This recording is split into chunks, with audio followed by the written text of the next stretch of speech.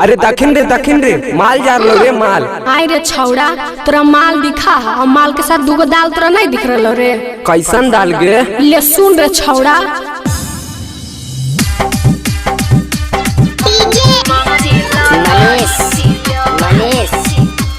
Shivangi recording studio Rajgir.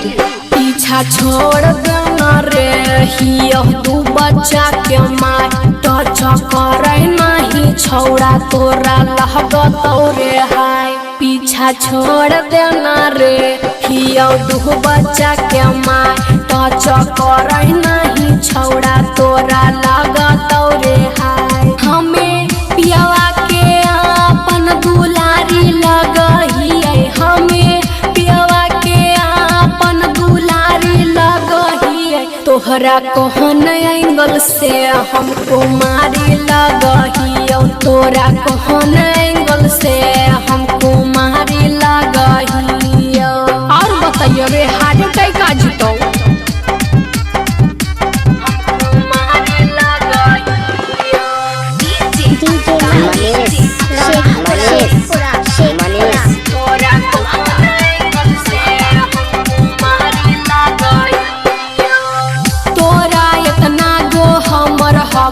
एगो बाबू दिलवा के अपना छौड़ा कहर लेना काबू।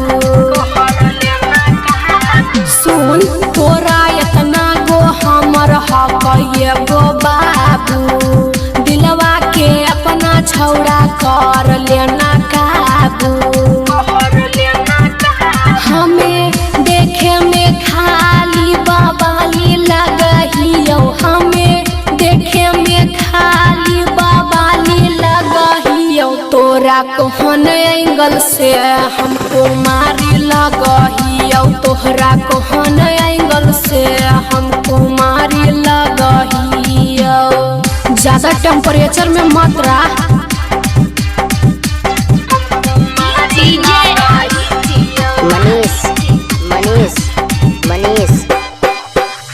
रोडवा पे चलते छौड़ा बोलो हखी माल रे, पियावा के छुअल है टमाटर नियन गहाल रे।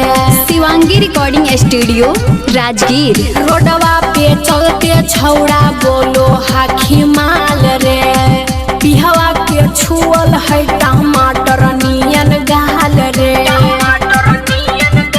हमें दीवाना कुंदन के दिलवाली लगहिए, हमें पहलादा बाबू के घरवाली लगहिए। तोरा कोहन एंगल से हमको मारी लगहियो, तोहरा कोहन एंगल से हमको मारी लगहियो।